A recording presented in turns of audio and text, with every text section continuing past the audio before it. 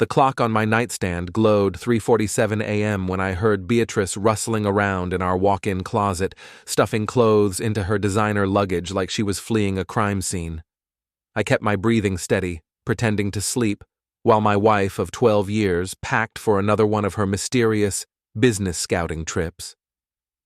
"Another luxury resort needs your personal inspection, huh?" I muttered into my pillow, loud enough for her to hear. Beatrice froze. "Quincy, I thought you were asleep." Before we dive deeper into this story, I have one small request. Please subscribe, drop a like, comment, and hit that hype button to boost this channel so more people can discover these incredible Reddit stories. Hard to sleep when someone's playing Tetris with suitcases at 4 in the morning. I rolled over, studying her face in the dim light filtering through our bedroom windows. She looked guilty as hell, avoiding my eyes while she zipped up her bag. "The client wants me there early. You know how demanding these high-end travelers can be." Her voice had that rehearsed quality I'd been hearing more often lately. "I'll be back Thursday." "Thursday, right." I sat up, running my hands through my hair. "Funny how your scouting trips always seem to coincide with Desmond's business travel schedule." Her entire body went rigid. "What's that supposed to mean?" "Nothing. Just an observation." I kept my tone casual, but inside, my gut was churning. Desmond Kelly had been my business partner and best friend for 8 years. We'd built Garrett Kelly Development from nothing, turning rundown properties around Boston into million-dollar homes. If my suspicions were right, he was also screwing my wife. Beatrice grabbed her phone from the nightstand, clutching it against her chest like a shield. She'd started doing that recently, treating her phone like state secrets were stored inside. "I need coffee," she announced, heading for the door. "My flight's at 7. I waited until I heard her footsteps on the kitchen tiles below, then slipped out of bed and padded to our home office. The GPS tracking on our shared Mercedes was something I'd set up for security reasons, or so I'd told Beatrice. Really, it was because I'd grown tired of her vague explanations about where she'd been. The computer screen glowed to life, showing me the car's location history. My stomach dropped as I scrolled through the data. 3 weeks ago, while Beatrice claimed to be scouting a resort in Vermont, the car had spent 2 days parked at a beach house in Cape Cod. The same beach house where Desmond had told me he was meeting potential investors. "Snake," I whispered. "Quincy?" Beatrice's voice drifted up from downstairs. "Do you want coffee?" "No thanks, honey, just checking some project schedules." I closed the GPS tracking window and opened my email instead. There it was, Desmond's message from 3 weeks ago about his investor meeting in the Cape. The timestamps matched perfectly with Beatrice's Vermont trip that never happened. I heard her heels clicking across the hardwood floor, then the front door closing. Through our bedroom window, I watched her load her suitcase into the Mercedes and drive away into the pre-dawn darkness. She didn't even wave goodbye. Back in the office, I pulled up our credit card statements. Beatrice had always been a spender, but lately, the charges had gotten ridiculous. Designer clothes, expensive dinners, hotel rooms that cost more per night than most people made in a week. And there, buried in the list of charges, was something that made me freeze. A $3,200 charge to the Ocean View Resort and Spa, charged to our company card. The same company card Desmond had access to as my business partner. I leaned back in my chair, pieces of the puzzle clicking together in my mind. The late-night phone calls Beatrice took in the bathroom, the way she'd become cold and distant, claiming I was suffocating her whenever I asked about her day. The expensive lingerie I'd found in her laundry, stuff I'd never seen her wear for me. My phone buzzed with a text message from an unknown number. "We need to talk." Nora Kelly, Desmond's wife. My hands were shaking as I typed back, "When and where?" Her response came immediately. "Duncan on Route 9, 1 hour, come alone." I stared at the message, my heart pounding. If Nora Kelly wanted to meet me at dawn in a donut shop, it meant she knew something that was going to change everything. I threw on jeans and a sweatshirt, grabbed my truck keys, and headed out into the cold Massachusetts morning. The streets were empty except for a few early commuters and delivery trucks. My mind raced as I drove, trying to prepare myself for whatever Nora was going to tell me. The Dunkin' Donuts was nearly deserted when I arrived. Nora sat in a corner booth, her auburn hair pulled back in a ponytail, dark circles under her green eyes. She looked like she hadn't slept in days. "Thanks for coming," she said as I slid into the seat across from her. "I wasn't sure you'd show. Your text didn't leave much room for interpretation." I studied her face, looking for clues. "What's this about, Nora?" She pulled out her phone and placed it on the table between us. "How long have you suspected?" The question hit me like a punch to the gut. Suspected what? Don't play dumb, Quincy. We're both too smart for that. Her voice was steady, but I could see the anger simmering beneath the surface. "Desmond and Beatrice, how long have you known?" I felt something inside me break. Not my heart, exactly, but some last vestige of hope that I'd been wrong. I had suspicions. The timing of their trips, the way Beatrice has been acting. But I hoped I was being paranoid. "You weren't." Nora tapped her phone screen, and I saw a GPS tracking app similar to the one I'd been using. "Desmond doesn't know I have access to his location data. Want to see where he's been spending his time?" She turned the phone toward me, and I saw a map dotted with location pins. The beach house in Cape Cod, a luxury hotel in Burlington, a bed and breakfast in the Berkshires. Every location matched up with one of Beatrice's supposed business trips. "Jesus," I breathed. "It gets worse." Nora swiped to another screen showing bank statements. "He's been using your company credit card to pay for their little romantic getaways. Look at these charges." I recognized the amounts. They matched the charges I'd seen on our statements. Desmond had been funding his affair with my wife using my own money. "How long?" I asked. "Based on the credit card records, at least 6 months. Maybe longer." Nora's jaw tightened.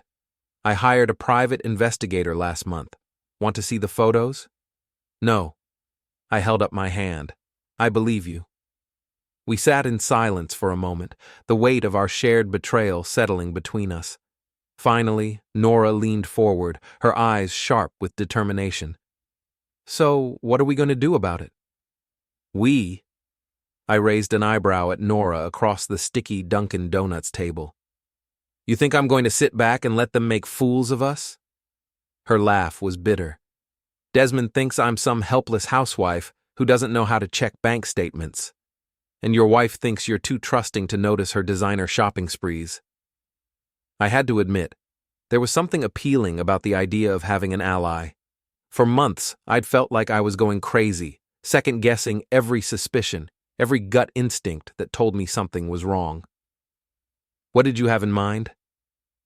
Nora pulled out a manila folder and spread its contents across the table. Bank statements, credit card records, hotel receipts, and a stack of photographs that made my stomach turn. Even though I'd said I didn't want to see them, I couldn't help but glance at the top photo. Beatrice and Desmond holding hands as they walked into a boutique hotel. "I've been documenting everything for weeks," Nora explained. "Desmond's been sloppy. He thinks I'm too busy with the kids to pay attention to our finances. But I've been tracking every charge, every lie, every fake business trip." "This is thorough," I admitted, flipping through the evidence. "You could probably take him for everything in a divorce." "That's the plan. But I want more than just money, Quincy. I want them to understand what it feels like to be humiliated, to have their lives turned upside down the way they've turned ours upside down." I looked at her carefully. Nora Kelly had always seemed like the perfect suburban mom. PTA meetings, book clubs, charity fundraisers. But there was steel in her voice now, a calculating intelligence that I'd never noticed before. "What are you thinking?" They're planning another rendezvous this weekend. According to Desmond's calendar, he's got a client meeting in Providence on Saturday, and I'm betting Beatrice has suddenly discovered an urgent need to scout a property in Rhode Island. She was right. Beatrice had mentioned something about a potential client wanting to plan a destination wedding in Newport. At the time, I'd been focused on a construction timeline and hadn't paid much attention. So we catch them in the act, I said. Better than that, we coordinate a surprise return from our own trips. I'll tell Desmond I'm taking the kids to my sister's house for the weekend, but instead, I'll drive to wherever they're holed up, and you can join me. The plan was simple, but effective. We'd catch them together, get everything on video for the divorce proceedings, and confront them when they were most vulnerable. There's something else, I said, thinking about the company credit card charges. Desmond's been using our business account to fund these trips. That violates our partnership agreement. There's a clause about using company funds for personal expenses. Nora's eyes lit up. What kind of clause? A bad actor provision. If either partner uses company resources for unauthorized personal expenses, the other partner can buy out their share at a significant discount. It was my lawyer's idea when we first incorporated. How significant? 60 cents on the dollar, based on a conservative asset valuation. I felt a grim smile tugging at my lips. Desmond's half of the business is worth about $2 million. If I can prove he's been misusing company funds, I can buy him out for less than half that. Now we're talking. Nora gathered up her evidence and stuffed it back into the folder. So, here's what we do. This weekend, we follow them to their love nest. We get everything on video. Then next week, you trigger the buyout clause and I file for divorce. What about Beatrice? What about her? Once Desmond's broke and jobless, she'll realize she hitched her wagon to the wrong horse, and without access to your money, she'll have to face reality pretty quickly. I thought about our joint accounts, the credit cards in Beatrice's name that I paid for, the expensive lifestyle she'd grown accustomed to. Nora was right. Cut off the money supply, and Beatrice would find herself in a very different situation. There's one more thing we should consider, I said. Beatrice works for Meridian Travel. They handle a lot of high-end clients who value discretion and reputation. If word gets out that one of their agents has been using client scouting trips to cover up an affair, she'd be finished in the industry, Nora finished. I like the way you think, Quincy. We exchanged phone numbers and agreed to stay in touch throughout the week. As I drove home, I felt something I hadn't experienced in months, a sense of purpose. For too long, I'd been reacting to Beatrice's coldness, Desmond's lies, and my own growing suspicions. Now, finally, I was going to take control of the situation. The rest of the week passed in a blur of preparation. I installed a small GPS tracker on Desmond's BMW. Easy enough to do when we met for our usual Thursday morning coffee at the office. I also made copies of all our company financial records and scheduled a meeting with our lawyer for the following Monday. Beatrice, meanwhile, played her part perfectly. She announced Wednesday night that she'd need to drive to Newport on Saturday to meet with a potential client who was considering a destination wedding. She'd need to stay overnight, she said, to really get a feel for the venue options. That sounds wonderful, I told her, not bothering to hide my smile. I hope you have a great time. She looked at me strangely, probably wondering why I wasn't asking more questions or expressing the usual mild jealousy that had characterized our recent interactions, but I just kissed her cheek and went back to reading my book. Friday night, Nora texted me.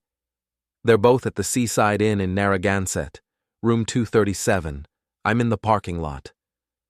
I grabbed my truck keys and headed south, my heart pounding with anticipation. After months of suspicion and doubt, I was finally going to get answers. The Seaside Inn was exactly the kind of place Beatrice would choose, expensive, romantic, and discreet. I found Nora sitting in her Honda Pilot in the back corner of the parking lot, a perfect view of the inn's entrance. They checked in 2 hours ago. she said as I climbed into her passenger seat. I got us a room on the same floor. How? Fake name, cash payment. The desk clerk barely looked up from his phone. She handed me a room key. We're in 241, right across the hall. I figured we'd wait until morning, then make our grand entrance. We spent the night taking turns keeping watch, though there wasn't much to see. Around midnight, I spotted Desmond and Beatrice returning from dinner, laughing and holding hands as they stumbled slightly up the stairs to their room. Seeing them together, so comfortable and happy in their deception, made my jaw clench with anger. Easy, Nora whispered, noticing my expression. Save it for tomorrow. As the sun began to rise over Narragansett Bay, we put our plan into motion. At 6:15 a.m., Nora and I stood outside room 237, our hearts pounding in synchronized rhythm. She had her phone ready to record, while I held a manila envelope containing divorce papers I'd had drawn up by my lawyer, along with a dissolution of partnership notice for Desmond. You ready? Nora whispered. I nodded, and she used the master key she'd somehow convinced the sleepy night clerk to give her. Something about being locked out of her own room. The door swung open silently. Through the dim morning light filtering through the curtains, I could see two figures tangled together in the king-sized bed. Beatrice's blonde hair spilled across Desmond's chest, and for a moment, the reality of seeing them together hit me like a physical blow. Then Nora stepped into the room and let loose. You're dating my husband? She screamed at the top of her lungs. The effect was immediate and spectacular. Beatrice shot upright, her eyes wide with terror, clutching the sheet to her chest. Desmond jerked awake, looking around wildly as if he couldn't figure out where he was or how Nora had materialized in their love nest. Nora! Desmond scrambled backward against the headboard. What are you doing here? How did I find you? Nora's voice dripped with fury. Maybe because you're too stupid to realize I have access to the same GPS tracking you use for the kids' phones. That's when I stepped into the room, my phone held high, recording everything. Beatrice's face went completely white when she saw me. Hello, sweetheart, I said, my voice calm. You really thought we'd never find out? Beatrice's mouth opened and closed like a fish gasping for air. She tried to speak, but no sound came out.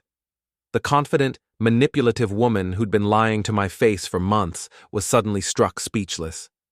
Quincy, listen. This isn't what it looks like, Desmond started. Really? I interrupted, still filming. Because it looks like my business partner is screwing my wife in a hotel room that he paid for with our company credit card. But please, enlighten me about what it actually is. Desmond's face went pale.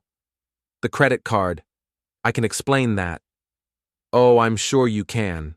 You're great at explanations, Des. Like how you explained those investor meetings that never happened, or those client dinners that somehow always coincided with Beatrice's business trips. Nora moved closer to the bed, her phone also recording. Do you have any idea what you've done to our families, to our children? The kids, Desmond whispered, the reality of the situation finally sinking in. Nora, please, think about the kids. I am thinking about them, she shot back. I'm thinking about how I'm going to explain to them why their father is a lying, cheating piece of garbage who threw away his family for some midlife crisis fantasy. Beatrice finally found her voice. Quincy, please, let me explain. This just happened. It wasn't planned. This just happened? I laughed, but there was no humor in it. Beatrice, I have 6 months of credit card records showing hotel rooms, restaurants, and shopping trips. This didn't just happen. This was a systematic campaign of deception. I walked over to the bed and dropped the manila envelope on the comforter between them. Divorce papers, I announced. Already filed. And Desmond, that's your dissolution of partnership notice. Effective immediately. Desmond grabbed the papers with shaking hands. Dissolution?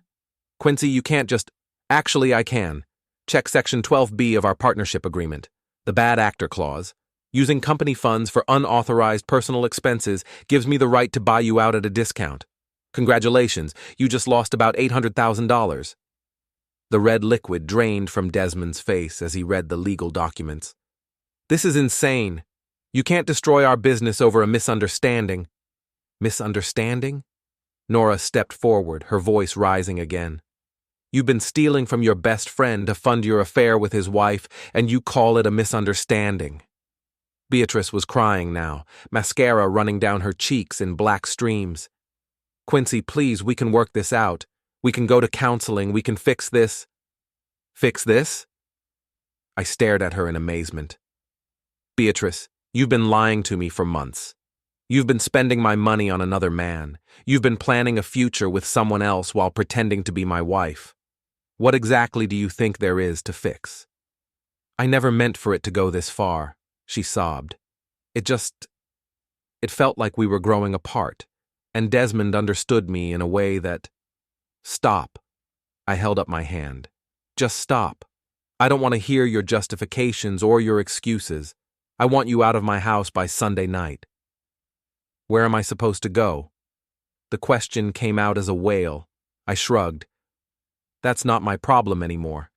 Maybe Desmond can help you out, assuming he has any money left after I finish buying out his share of the business. Desmond was still staring at the dissolution papers. Quincy, we've been friends for 8 years, partners. We built something together. Yeah, we did, and you decided to risk it all for a piece of ass. How's that working out for you? The crude language made Beatrice flinch, but I was past caring about her delicate sensibilities. She'd forfeited the right to my consideration when she started screwing my best friend. The locks on the house will be changed by tomorrow, I continued. Your credit cards are already canceled. The Mercedes is registered in my name, so I'll be taking that back. Oh, and Beatrice? I called your boss at Meridian Travel last night. Turns out they have strict policies about agents using client scouting trips for personal activities. Something about maintaining professional integrity and client trust. Her face went even whiter. You didn't. I did. You're meeting with HR first thing Monday morning. I'm guessing they'll want to discuss your recent travel expenses and how they correlate with your, personal relationships. Nora was grinning now, clearly enjoying the show. This is better than I expected. We're not done yet, I said, still filming. Desmond, you'll need to clean out your office by Monday. I'll have security escort you if necessary. And both of you should know that this video, along with all the financial records and GPS data, will be submitted as evidence in both divorce proceedings. You bastard. Desmond finally found his anger. You self-righteous bastard. You think you're so perfect? You think you were such a great husband that Beatrice had no choice but to look elsewhere? Maybe I wasn't perfect, I agreed. But I was faithful. I was honest. And I never stole money from my best friend to fund an affair. So yeah, compared to you, I'm pretty perfect. Beatrice was sobbing harder now, her whole body shaking. Please, Quincy, please don't do this. I'll end it with Desmond. I'll do whatever you want. What I want, I said quietly, is for you to understand that actions have consequences. You made your choice, Beatrice. You chose him over me, lies over truth, selfishness over loyalty. Now you get to live with that choice. I stopped recording and slipped my phone into my pocket. Nora, I think we've seen enough. She nodded, still smiling. More than enough. As we headed for the door, Desmond called out desperately, Quincy, wait! We can work something out. I'll pay back the money, Too late, I said without turning around. You should have thought about that before you decided to betray me. The door closed behind us with a soft click, leaving our former spouses to contemplate the wreckage of their lives. In the hallway, Nora and I looked at each other and simultaneously burst out laughing. Did you see their faces? She gasped between giggles. Priceless, I agreed. Absolutely priceless. But even as we laughed, I knew this was just the beginning. The real work of destroying their lives was yet to come. Monday morning arrived gray and cold, matching my mood perfectly, as I walked into the offices of Garrett Kelly Development for what would be the last time under that name. I'd spent Sunday moving Desmond's belongings out of his office and into cardboard boxes, which now sat stacked in the parking lot like a monument to broken trust. My secretary, Janet, looked up nervously as I entered. "Mr. Garrett, Mr. Kelly called 3 times already this morning. He says he needs to speak with you urgently." "I'm sure he does." I poured myself a cup of coffee and settled behind my desk. "When he calls again, tell him I'll see him at the 10 o'clock meeting with the lawyers." "Lawyers?" Janet's eyes widened. "Partnership dissolution. Nothing for you to worry about. Your job is secure. In fact, you'll probably get a raise once I'm not splitting profits with a thief." At exactly 10 a.m., Desmond burst through the conference room door, his hair disheveled and his usually immaculate suit wrinkled. He looked like he hadn't slept since our confrontation at the hotel. "Quincy, thank God. We need to talk about this dissolution nonsense. I know you're angry, but—" "Sit down, Desmond." My lawyer, Michael Brennan, gestured to the chair across from me. "We have a lot to cover." Michael was a bulldog of a man who specialized in business law and took particular pleasure in cases involving betrayal of fiduciary duty. When I'd explained the situation to him, his eyes had lit up like Christmas morning. "Let's start with the facts," Michael began, opening a thick folder. "Over the past 6 months, you've charged approximately $47,000 in personal expenses to the company credit card. Hotel rooms, restaurants, shopping trips, spa treatments, none of which were authorized business expenses." Desmond's face was pale but defiant. "Those were client entertainment expenses, relationship building." "With your business partner's wife?" Michael's voice dripped sarcasm. "That's an interesting interpretation of client entertainment." "We can work this out," Desmond said desperately, turning to me. "I'll pay back every penny. We can restructure the partnership agreement." "There's nothing to restructure," I interrupted. "You violated the terms of our agreement. The bad actor clause is crystal clear. Unauthorized use of company funds for personal expenses gives me the right to dissolve the partnership and buy out your share at 60% of book value." Michael slid a thick document across the table. "Based on our conservative valuation of company assets, Mr. E., Kelly's 50% share is worth approximately $1.2 million instead of the $2 million it would be worth in a friendly dissolution." Desmond stared at the numbers, his mouth hanging open. "This is robbery." "No," I said calmly. "This is consequences. You gambled our friendship, our business partnership, and your marriage on a fling with my wife. How did you think this was going to end?" "I never meant for it to go this far," Desmond whispered. "But it did go this far. And now you're going to sign those papers, take your money, and disappear from my life forever." The signing took less than an hour. Desmond's hands shook as he wrote his name on document after document, officially ending our 8-year partnership. When it was over, he sat in his chair, looking stunned. "What am I supposed to do now?" he asked. "That's not my problem," I replied. "But I'd suggest you start looking for a new job and a new place to live, since Nora's divorce attorney is probably cleaning out your bank accounts as we speak." After Desmond left, I walked through the office that was now entirely mine. The nameplate on the door would need to be changed. Garrett Development had a nice ring to it. I'd have to hire a new project manager, but that wouldn't be difficult. Good people were always looking for opportunities to work with a successful company. My phone buzzed with a text from Nora. "Divorce papers served. He's staying at a motel on Route 1. Kids don't want to see him." I typed back, "Beatrice cleaned out her desk at Meridian this morning. Fired for breach of professional conduct." "Perfect. Drinks tonight to celebrate?" "Rain check. I have one more stop to make." That afternoon, I drove to the small apartment complex where Beatrice had been forced to relocate after I'd changed the locks on our house. It was a far cry from our lakeside home with its granite countertops and walk-in closets. The Riverside Gardens apartment complex was the kind of place college students and recent divorcees ended up when they needed somewhere cheap and available immediately. I found Beatrice's unit on the second floor and knocked on the door. She answered wearing sweatpants and an old t-shirt, her hair pulled back in a messy ponytail. Without makeup and designer clothes, she looked older, more fragile. "What do you want, Quincy?" "Just wanted to see how you're settling in." I looked past her into the cramped studio apartment. Cozy. "I don't have money for anything bigger. You made sure of that." Her voice was bitter, but I could hear the defeat underneath. "I didn't make you have an affair, Beatrice.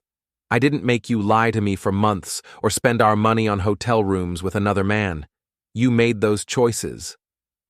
So this is my punishment? Living in a shithole apartment, working at a temp agency because I can't get hired anywhere in the travel industry? This is your life now. The life you chose when you decided our marriage wasn't worth preserving."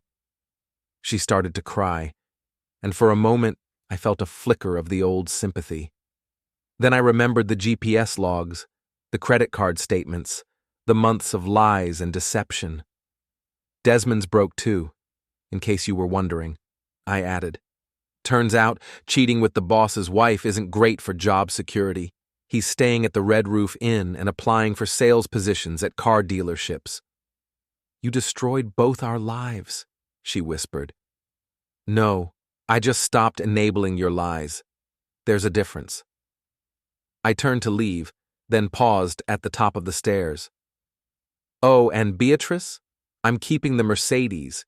It's registered in my name, and I'm pretty sure you can't afford the insurance payments anyway." As I walked back to my truck, I heard her door slam shut behind me. Part of me felt guilty for twisting the knife, but a larger part felt satisfied. For months, I'd been the victim in this situation, the fool who didn't know his wife was cheating.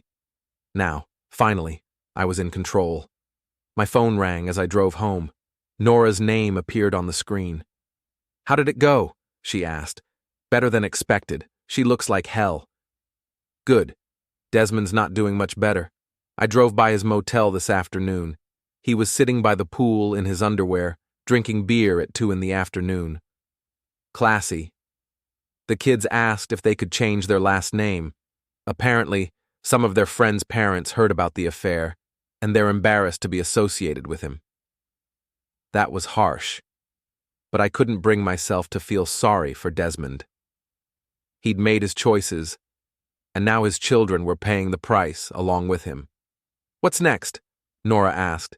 "I was thinking we should make sure everyone in town knows exactly what kind of people they really are. Small towns love gossip, and this story has everything: closeness, betrayal, financial fraud." "I like the way you think. There's a town council meeting tomorrow night. Desmond was supposed to present plans for the new waterfront development project." I smiled grimly. "Too bad he's no longer in a position to represent our company. I guess I'll have to handle that presentation myself. And I'm sure you'll find a way to work in some personal details about why your former partner is no longer available." "I'm sure I will." The Riverside Community Center was packed for the monthly town council meeting, more crowded than I'd ever seen it. Word had already started spreading about Desmond and Beatrice's affair, and small-town gossip networks were more efficient than the internet when it came to spreading scandal. I sat in the front row, my presentation materials neatly organized, waiting for my turn to speak. The waterfront development project was the biggest thing to happen to our town in decades, a $50 million mixed-use complex that would bring jobs, tourism, and tax revenue. Everyone wanted to hear the latest updates. "Next on our agenda," announced Mayor Patricia Walsh, "we have Quincy Garrett presenting an update on the Harbor Point development project. Quincy?" I stood up and walked to the podium, scanning the familiar faces in the audience. I spotted several of Beatrice's former friends from her book club, Desmond's golf buddies, and various business associates who'd worked with us over the years. "Thank you, Mayor Walsh.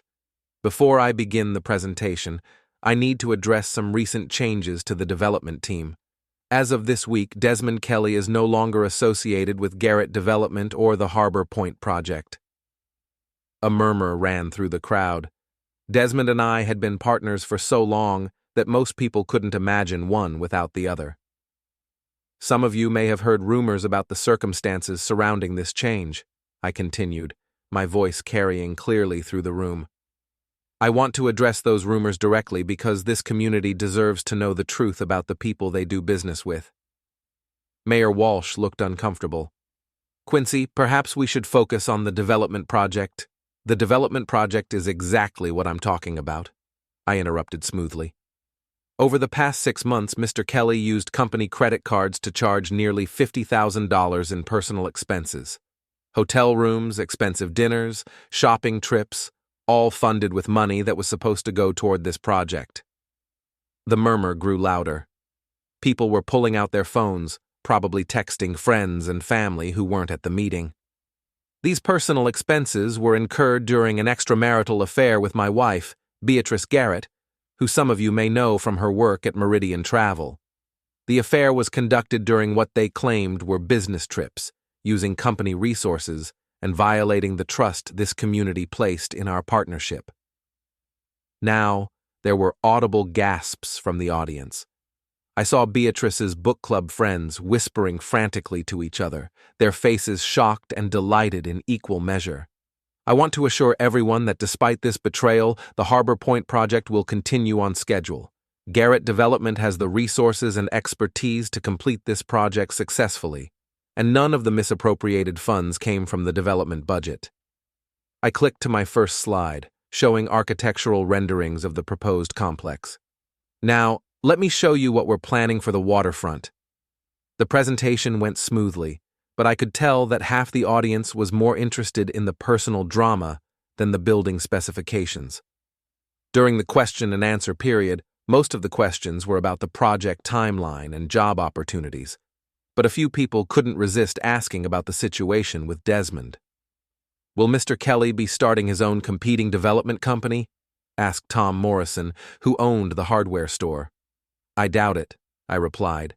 Starting a development company requires significant capital and a reputation for trustworthiness. Mr. Kelly currently lacks both. After the meeting, I was surrounded by people wanting more details. I kept my responses professional, but made sure everyone understood that Desmond had stolen from the company and betrayed his partner, his wife, and his children for a sordid affair. "Where is he now?" asked Sarah Chen, who ran the local real estate office. "I believe he's staying at the Red Roof Inn while he looks for employment. His wife filed for divorce, and he's no longer welcome in the family home." "And your wife?" "Ex-wife. She's living in an apartment complex in the next town over. Lost her job at Meridian Travel for using business trips to facilitate the affair." By the time I left the community center, I was confident that everyone in town would know the full story within 24 hours. In a community of 15,000 people, this kind of scandal would be the talk of coffee shops, beauty salons, and dinner tables for weeks. My phone rang as I drove home. It was Nora. "I watched the live stream of the town meeting," she said, barely containing her laughter. "That was brutal. Just the facts, ma'am. Desmond called me an hour ago crying. Apparently someone from the meeting called his motel and told him what you said. He's begging me to take him back." "What did you tell him?" "I told him I'd rather be married to a convicted felon than a cheating coward. At least felons are honest about being criminals." "How are the kids handling it?" "Better than expected. My daughter said she's not surprised. She never trusted Beatrice. Apparently, she always thought your wife was fake nice." "Smart kid." "My son asked if you were going to be okay. He's worried about you being alone in that big house." The question caught me off guard. In all the planning and revenge, I hadn't really thought about what came next. The house did feel empty without Beatrice, even though I'd been angry at her for months before the confrontation. "I'll be fine," I said. "Better alone than with someone who doesn't want to be there." "That's very philosophical." "I have my moments. Listen, the kids and I are having a barbecue this weekend to celebrate our new life. You should come by. Bring steaks. I'll provide the beer and the celebration." "That sounds good. It'll be nice to spend time with people who actually like me." We more than like you, Quincy. You're family now, partners in crime. After I hung up, I sat in my truck outside the community center for a few minutes, watching people stream out of the building in small groups, all of them talking animatedly. Tomorrow, the story would spread to the surrounding towns. Within a week, everyone in the county would know what Desmond Kelly and Beatrice Garrett had done. My phone buzzed with a text message from an unknown number. "You destroyed my life, you bastard. I hope you're happy." I assumed it was from Desmond, though it could have been Beatrice. Either way, my response was the same. "You destroyed your own life. I just made sure everyone knew about it." Another message came through immediately. "This isn't over." I typed back, "Yes, it is, and you lost." Then I blocked the number and drove home to my empty house, which somehow felt more welcoming than it had in months. For the first time since I'd discovered the affair, I felt truly at peace. The sun was setting over the lake behind my house, painting the sky in shades of orange and pink. I stood on my deck with a beer, looking out at the water and thinking about the future. Garrett Development was going to be more successful than ever. The Harbor Point project would establish me as the premier developer in the region, and I'd never again have to wonder if the person I was married to was lying to me. My phone rang one more time. This time it was Michael Brennan, my lawyer. "Quincy, I have some interesting news. Desmond's attorney called this afternoon. Apparently he's considering filing a lawsuit claiming you orchestrated his downfall through entrapment or emotional distress." I laughed. "Let him try. We have video evidence of him stealing company funds to pay for hotel rooms with my wife. Good luck convincing a jury that he's the victim." That's what I told his lawyer. I also mentioned that if Mr. Kelly wants to make this a public legal battle, we'd be happy to subpoena all his financial records, phone records, and email accounts for the past year. Funny how quickly he lost interest in litigation after that. "So it's really over?" "It's really over. You won, Quincy, completely and thoroughly." As I hung up the phone and watched the last traces of sunlight fade from the sky, I realized that Michael was right. I had won. Not just the business, not just the house, not just the money. I'd won my self-respect back. I'd proven that actions have consequences, that betrayal comes with a price, and that sometimes the good guys really do finish first. The Sunrise settlement was complete, and for once in my life, the dawn was breaking just for me.